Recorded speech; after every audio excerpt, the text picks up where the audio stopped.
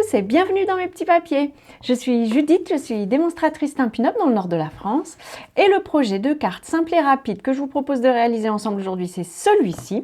Il est créé avec un tout nouveau set de tampons qui s'appelle Créer avec moi.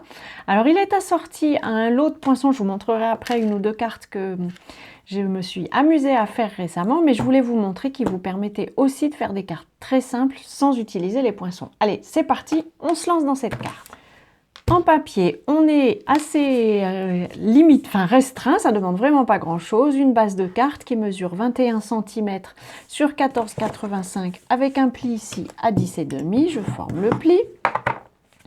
Et puis un devant de carte aux mesures classiques aussi, 10 cm sur 14,3. On va tamponner ça. Alors le chevalet, j'ai choisi de le tamponner. J'ai changé les couleurs en m'inspirant de ce que j'ai vu sur le catalogue, à vrai dire. Pour l'instant, on a encore assez peu d'inspiration sur le net. J'espère que ce que j'apporterai permettra éventuellement à certains ou certaines de trouver l'inspiration. Alors, voici le chevalet.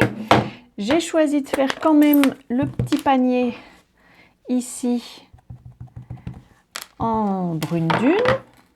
Je vais le poser sur le côté comme sur mon autre projet, parce que pour moi c'est un panier en osier, et comme vous m'avez déjà vu le faire, j'attrape des petites étiquettes sur lesquelles je tamponne une deuxième fois l'image, et puis je vais la découper. Ça va me servir de cache. Alors là, on n'aura pas forcément besoin d'être très précis, mais comme l'image est vraiment simple à découper, on ne s'embête pas. Donc, on coupe bien proche de l'image. Je pense que vous pourriez même choisir juste de ne pas le découper et de mettre une étiquette ici juste sur le haut. Mais je le fais pour être précis. Je vais récupérer ce bloc-là et je vais y mettre, alors vous voyez, on a des petits éléments. Là, j'ai choisi d'y mettre des pinceaux puisque j'ai posé le chevalet, mais vous avez aussi des boules de laine. Enfin voilà, c'est vraiment assez sympa. Je trouve que les thèmes sont un peu larges, c'est parfait. Et j'ai envie, comme sur ce projet-là, de lui donner deux couleurs.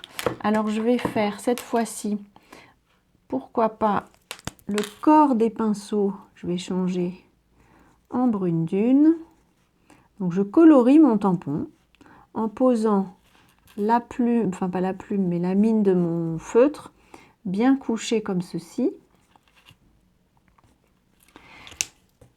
Et ça me permet de choisir quels éléments vont être dans quelle couleur. C'est honnêtement, moi personnellement, je trouve ça plus facile avec les tampons en caoutchouc plutôt que les tampons en résine, mais c'est faisable.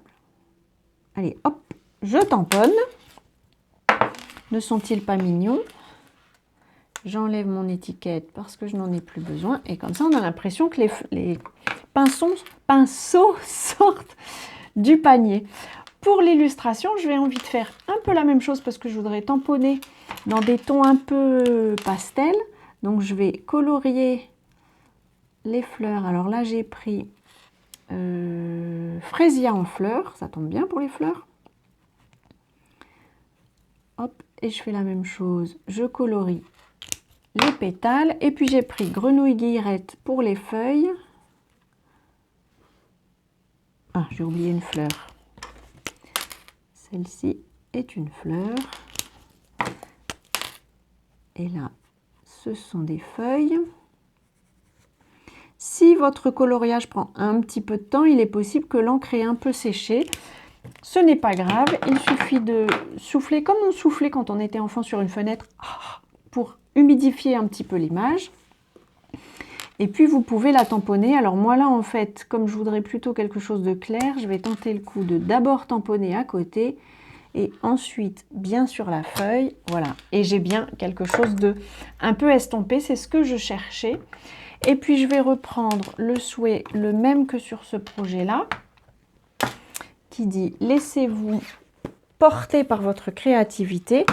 Moi, je trouve que pour une carte qui viendrait d'une démonstratrice pour une amie, ce serait parfait comme souhait, ou même juste de deux créatrices l'une avec l'autre. Alors là, je pique bleu et des bois comme couleur. C'est une des couleurs qui est une couleur qu'on a eue en in color il y a quelque temps et qui revient dans le catalogue. Et j'aimais bien cette couleur, alors je suis contente.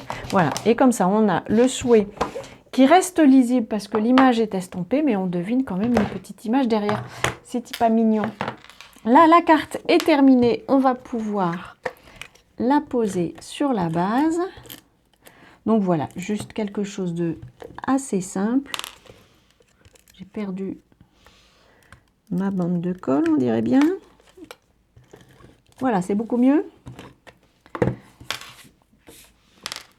Et hop, je peux le poser. Le Stampin' Seal, enfin l'adhésif c'est scellé en français. Moi je l'adore parce que même en atelier, ça arrive que le ruban de colle soit parti parce que les personnes qui l'utilisent et qui n'ont pas l'habitude peut-être n'ont pas eu le geste. Enfin bref, ce sont des choses qui arrivent, mais on arrive toujours à le réparer et ça je trouve ça génial. Avec d'autres marques, j'ai déjà eu le cas et là quand c'est parti et ça part toujours, on n'arrive pas à les remonter. Ici c'est rare que ça parte et on arrive toujours à le réparer. Alors vraiment, je suis ravie de celui-là. J'espère aussi que mon petit projet de carte, je pense que je préfère cette couleur-là, que mon petit projet de carte vous aura plu, qu'il vous aura inspiré.